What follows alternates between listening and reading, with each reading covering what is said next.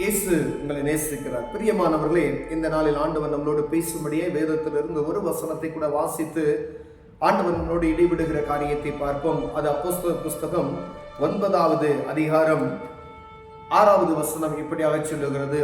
அவன் நடுங்கி திகைத்து, ஆண்டவரே, நான் என்ன செய்ய சித்தமாய் இருக்கிறேன் என்றான். அதற்கு கர்த்தர், நீ எழுந்து பட்டணத்துக்குள்ளே போ, நீ எழுந்து பட்டணத்துக்குள்ளே போ, நீ செய்ய வேண்டியது அங்கே உனக்கு சொல்லப்படும் என்றார்.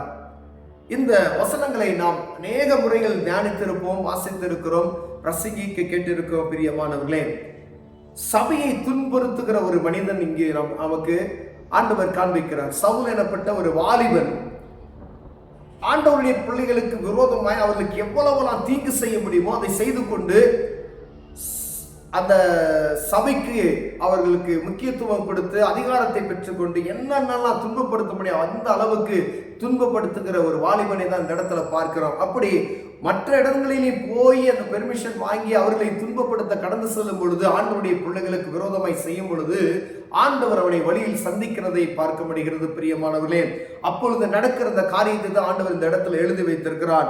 அவன் நடுங்கி திகைத்து, ஆண்டவரே, நான் என்ன செய்ய சித்தமாய் இருக்கிறேன் என்றான். பாருங்க, அது வரைக்கும் அவன் ஆண்டவருடைய பிள்ளைகளை பூரா துன்புறுத்தி இருந்தான். ஆண்டவர் அவன் மேல் கரத்தை வைத்தார்.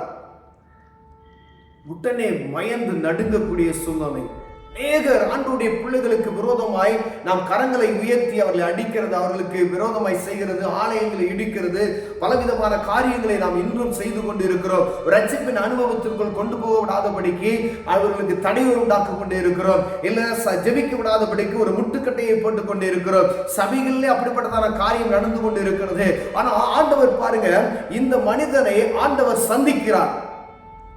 சந்தித்த உடனே பயமும் நடுக்கமும் திகிலும் அந்த மனிதனுக்கு உண்டாகப்படுகிறது. 3 நாள் பார்வையற்றவனாய் காணப்படுகிறான். உடனே ஆண்டவருடைய வார்த்தைக்கு செவி கொடுத்து, ஆண்டவரே தெய்வம் என்கிறதை ஜனங்களுக்கு பறைசாற்றுகிற ஒரு அனுபவத்துக்கு அவனை நேராக மாற்ற முடிகிறது. பிரியமானவர்களே, நாம் தியானிக்கிற எல்லா அந்த அப்போஸ்தலர் புஸ்தகத்துல ஃபுல்லா நம்ம வாசிக்கும் பொழுது இவர் எழுதின புத்தகம் அநேக காரியங்களா இருக்கிறது. எல்லா சபைகளுக்கு எழுதுகிறார். ஆண்டவரை துன்புறுத்துகிற ஒரு மனிதன். ஒருவேளை நம்ம எந்த நிலைமையில இருக்கிறோம், ஒருவேளை ஆண்டவருடைய சத்தத்துக்கு செவி கொடுக்காதபடிக்கு, ஆண்டவருடைய வார்த்தைக்கு செவி கொடுக்காதபடிக்கு ஆண்டவருடைய பிள்ளைகளுக்கு துன்பப்படுத்தி கொண்டு இருப்போமே, ஆனால் ஒருவேளை அப்படிப்பட்டவர்களுக்கு ஆண்டவர் உங்களோடு இடைபடுகிறார். வேத வசனத்துக்கு செவி கொடுக்காதபடிக்கு இந்த வேத புத்தகத்தை சுமந்து கொண்டு வருகிற ஒவ்வொருவருக்கும் நீங்கள் ஏதாவது இடுக்கண் செய்ய நினைப்பீர்களானால் ஆண்டவர் ஒரு நாள் உங்களை சந்திக்க வேண்டியது வரும். அது எப்படி வேணாலும் இருக்கலாம். ஒருவேளை பவுல் எனப்பட்ட ஒரு மனிதனுக்கு சவுல் எனப்பட்ட ஒரு மனிதன் பவுலாய் மாற்றப்படுகிற காரியத்தை நம்ம வாசிக்கிறோம். இந்த வேத புத்தகத்தை அப்போஸ்தலர் புஸ்தகத்தை இங்க வாசித்தீங்கன்னா தெரியும். சவுல் எனப்பட்ட மனிதன் பாருங்க, அவன் கொலை செய்யவும் சம்மதமுள்ளவனாய் காணப்பட்டான். ஆண்டவருடைய பிள்ளைகளுக்கு மிகவும் துன்புறுத்துகிறவனாய் இருந்தான். அவன் ஆண்டவருடைய பிள்ளைகளை துன்புறுத்துவது கடந்து செல்லும் பொழுது வானத்திலிருந்து ஒரு பேரொளி வந்து அவன் மேல் வீசப்படுகிறது. அவன் கண் தெரியாதவனாய் வானத்திலிருந்து ஒரு பெரு சத்தத்தை கேட்டான். என்ன முள்ளில் உதைக்கிறது உனக்கு கடினமா என்று. ஆண்டவரே, நீ யார் என்று கேட்கக்கூடிய ஒரு சத்தம். நீ துன்பப்படுத்துகிற இயேசு நானே. நீங்க ஊழியர்களை துன்பப்படுத்தல, அவர்களை கஷ்டப்படுத்தல, இயேசு கிறிஸ்துவை நீங்கள் துன்பப்படுத்துகிறீர்கள். பிரியமானவர்களே, சவுலுக்கு சொல்றார், நீ துன்பப்படுத்துகிற இயேசு நானே.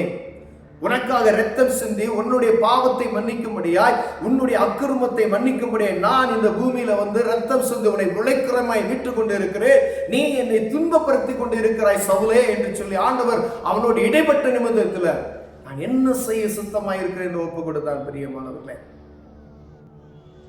ஒரு நொடி பொழுதுதான் ஆட்டம் க்ளோஸ் ஆயிடும். ஒரு நொடி பொழுதுதான் கீழே விழுந்தான். எந்திரிச்சு பார்த்தான், பார்வை இல்லை. ஒரே நொடி பொழுதுதான் நான் என்ன செய்ய சுத்தமாய் இருக்கிறேன். பயங்கரமான மனிதன்.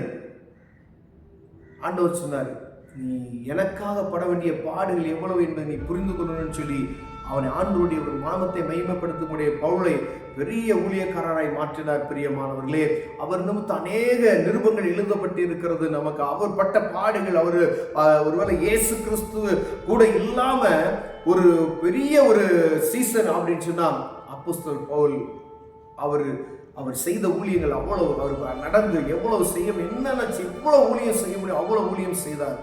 ஒருவேளை ஆண்டவருடைய பிள்ளைகளுக்கு சபையில ஜெபிக்கிறவர்களுக்கு விரோதமான காரியத்தை நம்ம யாராவது செய்து கொண்டு இருப்பாங்க. ஆண்டவருடைய பிள்ளைகளே எப்படி செய்யறாங்க? ஜெபிக்கிறதுல எங்கேயாவது ஜெபம் பண்ணா பாட்டு போட்டு சத்தமா வச்சு அந்த மாதிரி கேட்கறது, அப்படிப்பட்டதான காரியங்களை செய்து கொண்டு இருக்கிறோம். ஆண்டவருடைய கோபாக்கினை ஒன்று வரும் பொழுது ஆண்டவர் உங்களை சந்திக்கணும்னு சொல்லி நினைத்தாருன்னா அது விளைவு வித்தியாசமா இருக்கும். அப்ப என்ன செய்யறதுன்னு சொல்லி ஆண்டவர் உங்களுக்கு கற்றுக் கொடுப்பார். ஒருவேளை அப்படிப்பட்டதான காரியத்தை நாம் செய்வோமே ஆனால், இந்த சவுலை போல காரியத்தை ஏதாவது ஒரு தவறு செய்வோமே ஆனால், ஆண்டவர் சமூகத்தில் ஆண்டவரை இப்படிப்பட்ட காரியத்தை செய்யாதபடி எனக்கு என்ன கிருபை பாராட்டுங்க. ஆலயங்கள்ல காணப்படுகிற காரியங்கள், அது ஏதாவது சமாதானத்தை கெடுத்துக்கொண்டே கூடிய காரியங்கள், ஜனங்கள் ரட்சிக்கப்படாதபடி தடை பண்ணுகிற காரியங்கள், அடுத்த லெவலுக்கு ஆண்டவருடைய பிள்ளைகளை கொண்டு செல்ல விடாதபடி காணப்படுகிற தடைகள், சபைகளுக்குள்ள காணப்படுகிற கிரிகள், இவைகளெல்லாம் ஆண்டவர் பார்த்து கொண்டே இருப்பார். ஒரு நாள் வரும், ஆண்டவர் சந்திப்பார். அப்பொழுது விளைவு வித்தியாசமாக இருக்கும். பிரியமானவர்களே, ஒருவேளை நம்ம தேவ சமூகத்தில் தாழ்த்தி அர்ப்பணிக்கும் பொழுது ஆண்டவர் மன்னித்து ஆண்டவருடைய கரத்தில் நம்ம தாழ்த்தும் பொழுது அவர் கிருபையாய் நம்ம வழி நடத்துவார். பிரியமானவர்களே, பாவத்திலிருந்து சாபத்திலிருந்து விடுதலை கொடுத்தவர், அவர் மன்னிக்கிறதுக்கு கிருபை பெற்று இருக்கிறார். ஒருவர் இந்த மாதிரி தவறுகளை நாம் செய்தோமானால் தேவ சமூகத்தில் ஆண்டவரை கண்களை மூடி ஆண்டவரை என்னை மன்னிங்க, இனி அந்த மாதிரி காரியத்தை செய்ய மாட்டேன்னு சொல்லி ஜெபிப்போமானால் ஆண்டவர் அற்புதமாய் விடுதலையை தருவார். அன்பின் தகப்பனே, நாங்கள் ஊழியத்துக்கு ஆண்டவரே சபைக்கு அநேக துன்புறுத்துகிற காரியங்களை செய்து கொண்டிருக்கோம் ஐயா. ஜனங்கள் ரட்சிப்புக்கு அடுத்த நிலைமைக்கு கடந்து செல்லாதபடிக்கு காணப்படுகிற அந்த காரியத்தில் தடையா இருக்கிறோம் ஆண்டவரே. இந்த தடையெல்லாம் எங்களுக்குள்ள வந்து எடுத்து போடுங்க ஆண்டவரே. தெய்வம் என்று விசுவாசிய கிருபை பாருங்க. இயேசுவின் நாமத்தில் ஆமென்.